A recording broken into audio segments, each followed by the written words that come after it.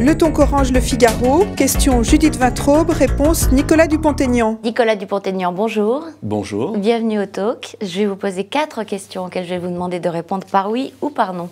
Christiane Taubira doit-elle démissionner de son poste de ministre de la Justice? Écoutez, elle devrait surtout changer de politique. Donc oui, pour changer de politique. Faut-il nationaliser Florange? Il faut nationaliser temporairement. Donc oui. Gérard Depardieu doit-il être déchu de sa nationalité française? Non, mais son comportement est inacceptable. L'Union européenne mérite-t-elle le prix Nobel de la paix qui lui a été attribué? Non. On a parlé de l'Europe, on vient d'en parler, vous me dites non. Pourquoi d'ailleurs?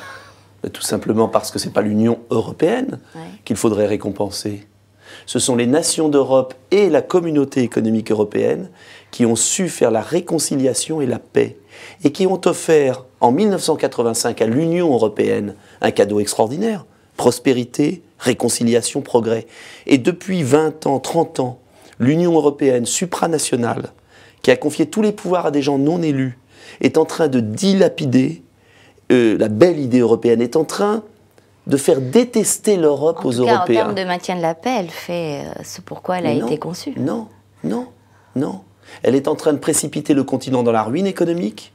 Elle est en train d'ouvrir toutes les frontières et de susciter des vagues migratoires sans précédent. Elle est en train de déstabiliser nos démocraties. Donc, on peut faire l'Europe autrement. Mais il ne fallait surtout pas récompenser ceux-là. On va continuer à parler d'Europe. Je vais vous passer une déclaration de Nathalie Kosciusko-Morizet ce matin. Pardon, pas du tout. Je vais vous passer pardon, je ne vais pas vous passer l'extrait, mais Nathalie Kosciusko-Morizet a dit qu'il fallait ouvrir nos marchés publics ce matin aux entreprises européennes. Qu'est-ce que vous en pensez? Mais écoutez, je pense que Mme Kosciusko-Morizet ne vit pas dans le même monde que moi.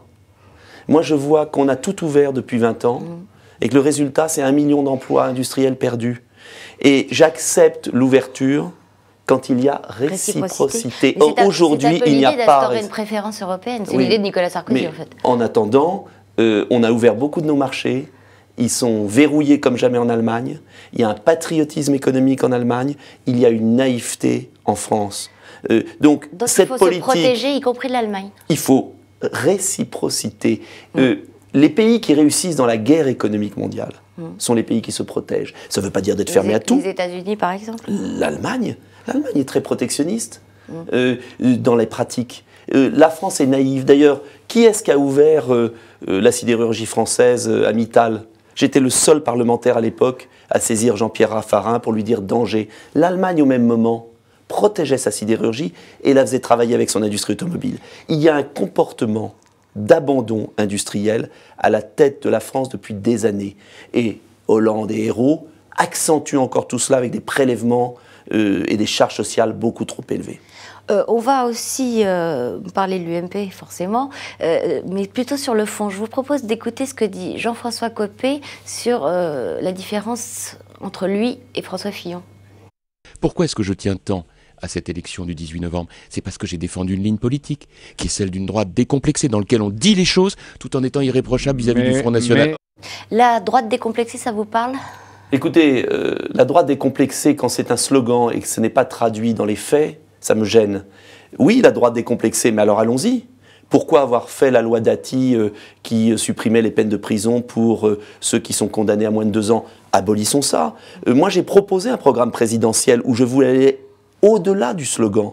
Et il y a des mesures, notamment sur la sécurité, sur l'immigration, rétablissons le contrôle aux frontières.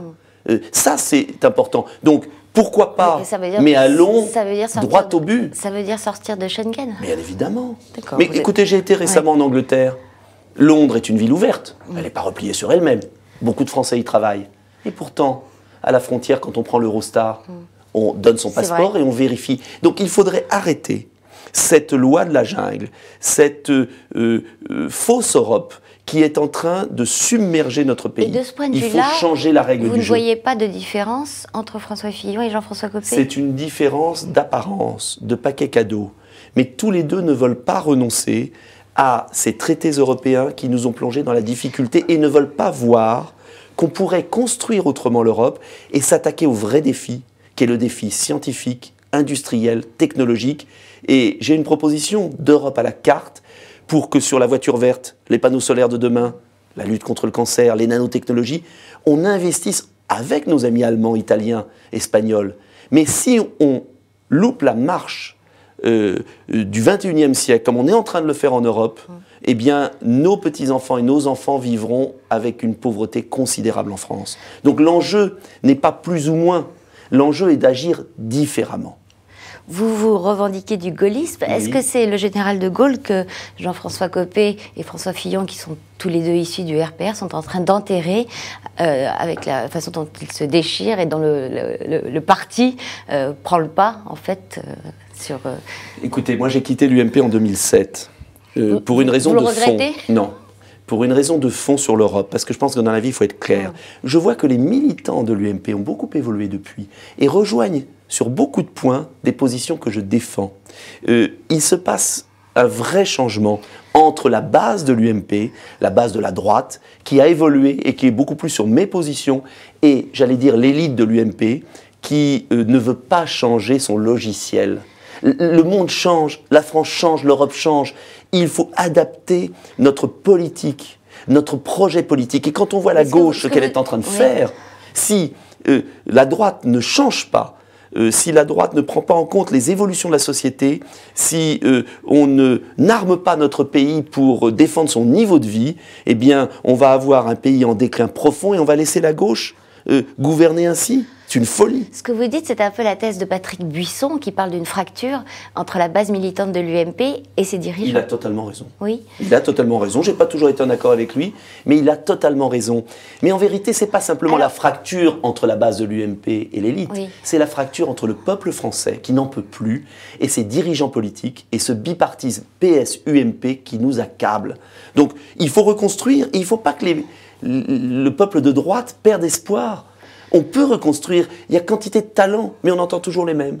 Donc c'est bien de donner la parole à d'autres idées et d'autres personnalités. Vous n'êtes pas le seul défenseur du souverainisme. Le Front National, dont on disait qu'il allait grimper pour moult raisons, et notamment par rejet croissant de la mondialisation, n'a pas réussi de percer aux élections partielles dont le premier tour a eu lieu dimanche dernier. Comment l'expliquez-vous ? Là, tout simplement parce que je dis... c'est que le Front National est trop prisonnier d'une idéologie de rejet. Et moi, justement, je veux construire une offre politique à la fois patriotique et républicaine, c'est-à-dire de rassemblement. Vous savez, les Français ne veulent plus du Parti socialiste, ils sont déçus de l'UMP, mais ils ne veulent pas aller vers le Front National. Pourquoi ? Parce qu'il manque cette offre politique. Et avec Debout la République, avec les gaullistes, avec le rassemblement politique que l'on fera, vous verrez, dans les années qui viennent, on va pouvoir offrir aux Français ce changement de politique sans tomber dans les excès du Front National. Parce que je l'ai dit, le Front National, malheureusement, est incapable de changer son logiciel. Et c'est dommage. Vous avez été reçu par François Hollande, ce sera ma dernière question, sur la modernisation de la vie politique, et vous avez proposé une proportionnelle à 10%, 10% de proportionnelle dans le scrutin législatif. Ça suffirait à faire émerger de nouveaux partis ? Oui, je pense qu'il faut à la fois aérer le Parlement, sans pour autant remettre en cause... très marginal. Sans remettre en cause la stabilité institutionnelle. Moi, je veux la stabilité, mais je veux de l'oxygène. C'est tout, c'est simple. Et puis la vraie question du pouvoir en France, c'est quoi ? C'est pas d'avoir seulement 10% de proportionnel, c'est qu'on rapatrie du pouvoir de Bruxelles pour que les Français décident de leur destin, qu'on change la politique migratoire, la politique de sécurité, la politique économique. Il y a tant à faire.